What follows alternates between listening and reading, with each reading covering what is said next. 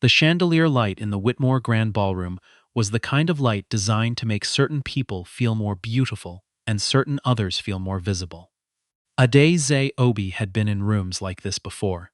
She had learned, over 41 years, exactly how that light worked. She had arrived alone, which was a choice people always misread. The woman at the check-in table near the entrance had looked at her twice. Once at her face, once at the small card with her name printed on it, and then smiled in the practiced way of someone adjusting an internal calculation.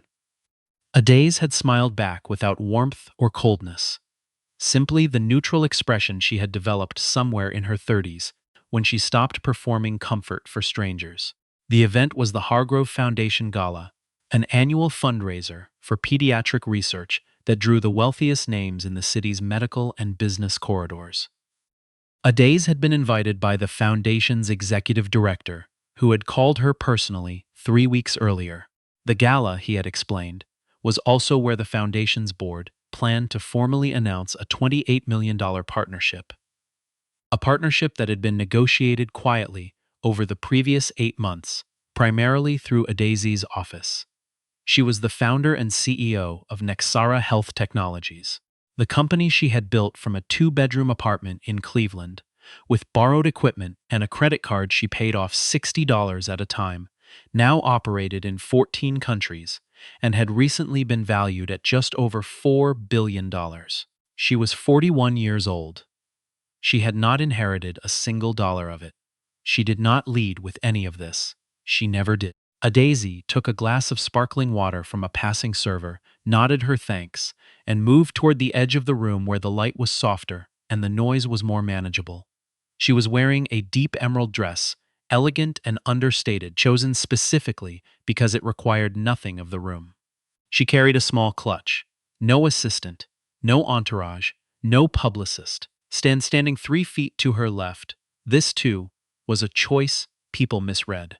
She was watching the room the way she always watched rooms, quietly, from the edges, reading the social topography before she decided where to stand. When the woman appeared beside her. The woman was perhaps 60, with the particular kind of blondness that requires significant quarterly maintenance and the posture of someone who had attended this gala, and galas like it for 30 years. She wore a white gown with a beaded neckline and several pieces of jewelry that communicated, individually and collectively, that she did not need to tell you she had money. Her name, as Adaeze would later learn from 3 separate people who told her unprompted, was Harriet Weston. Her husband, Fletcher Weston, sat on the hospital board and chaired the foundation's audit committee. Harriet looked at Adaeze the way certain women look at other women in certain rooms. A full assessment completed in under 2 seconds, the conclusion already written before the eye contact was even made. "Are you with the catering team?" she asked. Her voice was pleasant, the kind of pleasant that is indistinguishable from condescension unless you have spent a lifetime learning the difference. Adaeze did not answer immediately. She took a slow sip of her water. The string quartet in the far corner shifted from one piece to another, something Adaeze recognized as Debussy, though she couldn't name the specific work. "No," she said. Harriet's expression did not change, but something behind it did. A small recalibration, a narrowing that was not quite a squint. "Well," Harriet said, with the tone of someone closing a door that she had barely opened, "they need someone near the east corridor. The hors d'oeuvres table is running low." She said it, looking away, toward the room, as if the conversation had already concluded. Adaeze turned and looked at Harriet directly, not with anger, not with the performance of dignity that the moment might have seemed to require. She simply looked at her, clearly and steadily, the way she had learned to look at things she needed to understand completely before deciding what to do with them. "I'm sure someone will take care of it," Adaeze said. And then she turned back to the room because she had seen, near the third table on the left, the foundation's executive director making his way toward her. Harriet did not move immediately. That was the part Adaeze would remember later, the brief pause, the held moment. Before Harriet turned and glided away with the practiced ease of a woman who had never in her life been left in a conversation she hadn't chosen to end. Marcus Webb, the executive director, reached Adaeze with the particular relief of a man who had been looking for someone in a crowded room. "Adaeze," he said, extending his hand, his voice carrying the warmth of genuine respect. "You made it. I was getting worried. I know these events aren't exactly your natural habitat." "I manage," she said, and she meant it without apology. They talked briefly about the program for the evening, the order of the announcement, the remarks Marcus intended to deliver. Around them, the room continued its usual choreography. The handshakes, the laughter, the careful navigation of who stood near whom and for how long. Adaeze was aware, in the peripheral way she was always aware of these things, that Harriet Weston had rejoined a group of 4 people near the windows and was speaking in the low, careful register of someone sharing something they have decided is worth sharing. She did not watch them. She did not need to. The Westons, she had learned by the time the first course was served, were exactly the kind of family that appeared in every room like this one. Fletcher Weston had been on the hospital board for 11 years. He had a reputation, Marcus had mentioned once without elaboration, for being old school in ways that required no further clarification. Harriet chaired the hospital's auxiliary committee and organized the annual garden party that was, by all accounts, less a fundraiser than a social sorting mechanism. They were not bad people, in the way that word is often used to mean people who do dramatically visible harm. They were something more common, and in many ways more durable than that. They were people who had built an entire inner life inside a set of assumptions they had never once been required to examine, because the world they moved through had been arranged, for decades, to confirm everything they already believed. Adaeze had grown up in a 2-bedroom house in East Cleveland with her mother, her grandmother, and, for the first 6 years of her life, a father who was present in the way that some men are present, physically, but only technically. Her mother had worked nights at a packaging facility and days at a dry cleaner. Her grandmother had taught her that the mind was the one thing no one could repossess, and had sat with her at a kitchen table every evening, working through problems in mathematics and science, with the focus of someone who understood that focus was a form of resistance. Adaeze had gotten a scholarship to Ohio State, then a second scholarship to a graduate program in biomedical engineering, then a job at a medical device company where she was, for the first 2 years, the only black woman in any room she entered. She had watched how that company operated, understood what it was missing, and left at 31 to build it herself. The thing she had built was Nexara, and Nexara, among other things, had developed a predictive diagnostic platform that was currently used in 63 hospitals across North America, including the one that bore the Hargrove name on its east wing. She did not think about this often. It was simply what she had done. The dinner proceeded the way these dinners always proceeded, in measured courses, with the ambient sound of people performing themselves for one another. Adaeze was seated at a table with 2 physicians, a philanthropist she had met once before at a conference in Houston, and a couple she did not recognize who introduced themselves as friends of the Westons, which they offered as a credential. She was pleasant. She was also quiet in a way that some people in the room found difficult to interpret. She had learned, in her 20s, that the discomfort people felt in the presence of her silence was almost always about them. It was between the first and second course that Fletcher Weston arrived at her table. He was a tall man, the kind of tall that has been useful to him his entire life, with gray hair and a face that communicated authority through its sheer refusal to be uncertain about anything. He did not sit. He stood with one hand resting on the back of an empty chair, which is a particular power posture that Adaeze had seen used by men of his type in rooms of this type for her entire career. "Mrs. Obi?" he said, with the careful pronunciation of a man who had practiced the name once and wanted credit for it. "Yes," she said. "Fletcher Weston, I'm on the hospital board." He paused, in the way of men who expect that sentence to do significant work. "I understand you're involved with the Foundation's new technology initiative." "I am," she said. He nodded slowly, as if receiving confirmation of something he had suspected, but not verified. "I'll be frank with you," he said. He did not ask if she wanted him to be frank. He simply announced it, because in Fletcher's experience, frankness was a thing he offered to people, not a thing they could request or decline. "My wife mentioned she spoke with you earlier this evening." Adaeze said nothing.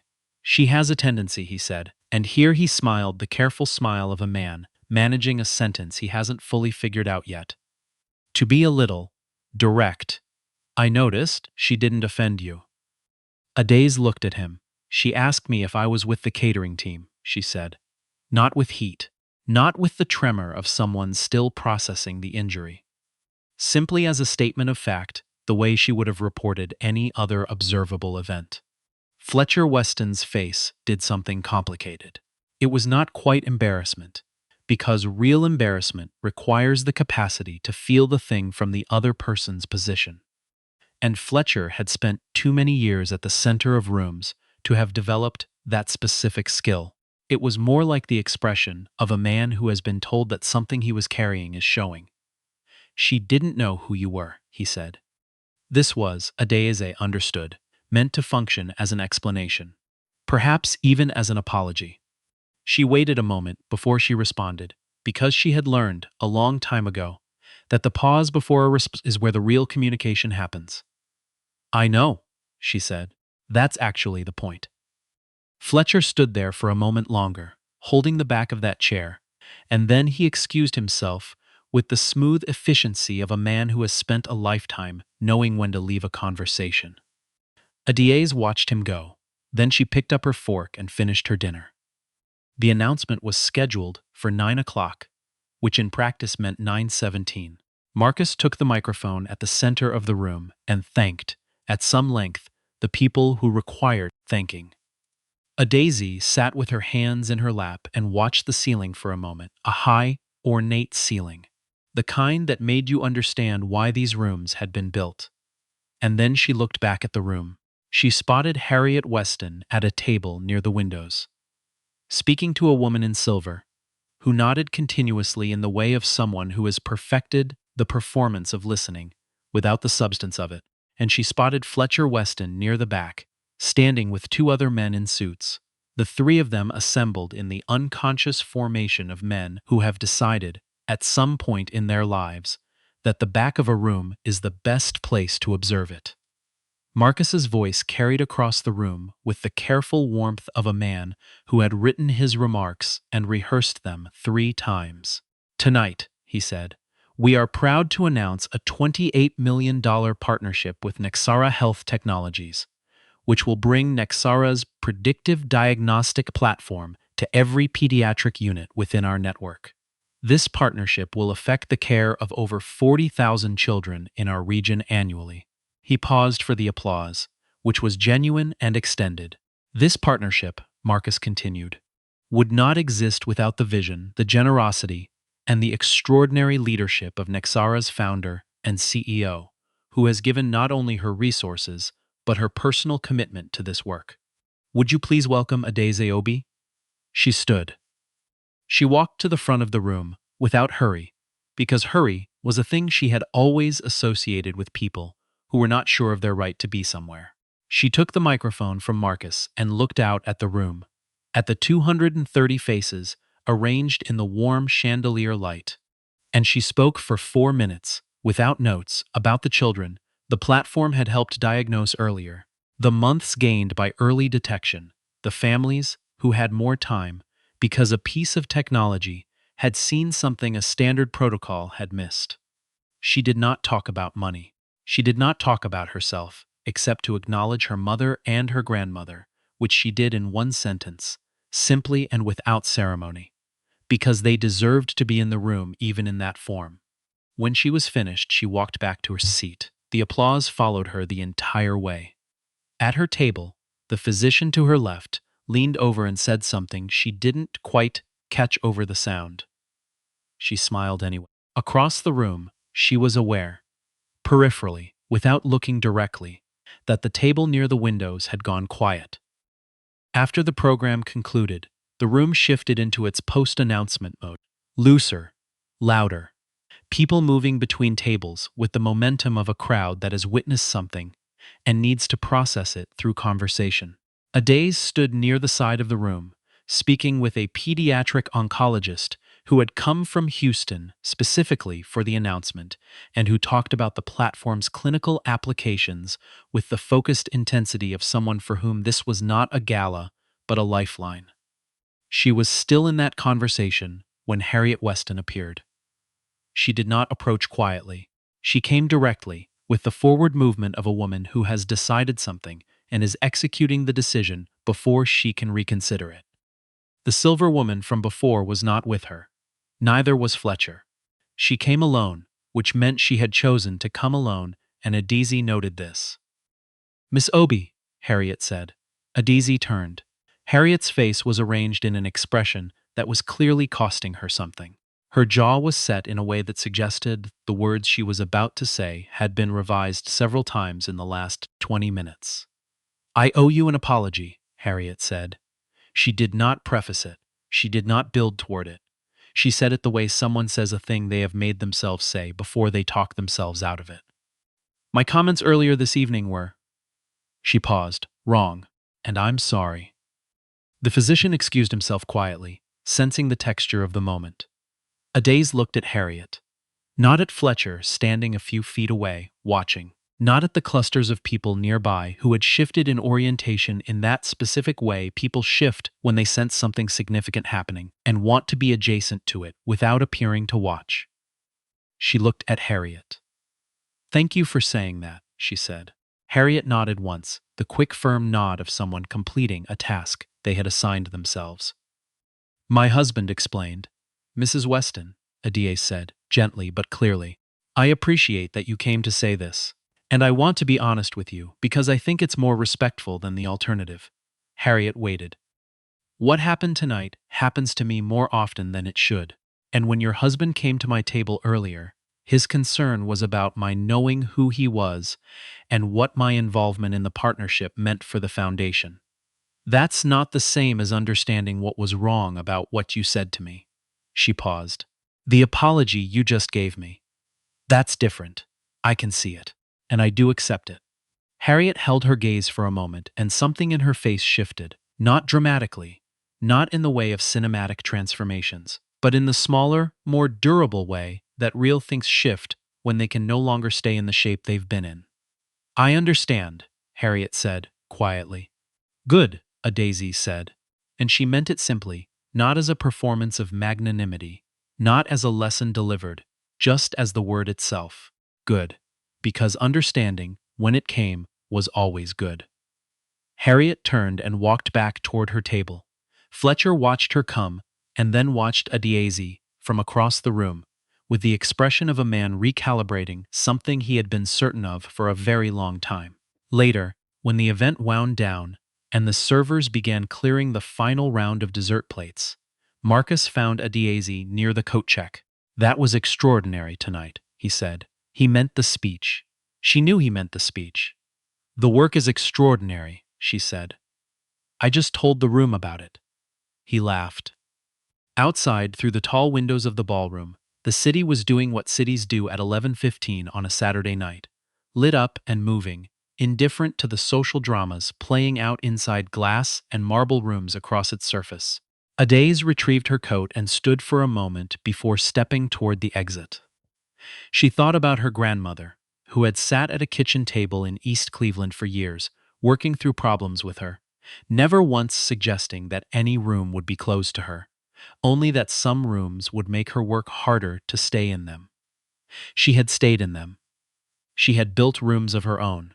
The car was waiting, where she had arranged for it, at the side entrance where the light was less emphatic and the air was several degrees cooler than inside. She got in, set her clutch on the seat beside her, and looked out the window as the ballroom's lit facade slid past. She was not angry. She had not been angry at any point in the evening, which was a thing some people would find surprising, and others would understand completely. Anger was a response to unexpectedness. What had happened tonight was not unexpected. What had happened tonight was a room being exactly the kind of room it had always been, with the people in it being exactly the kind of people they had always been. What had also happened tonight was the announcement of $28 million for children who needed it, delivered by a woman who had taught herself to remain in rooms that had never been designed with her in mind, and to do something in them every single time that could not be undone. The car moved into traffic. The city opened up around her. Adaeze Obi settled back into the seat and let herself be quiet, which had always been for her the most honest kind of rest.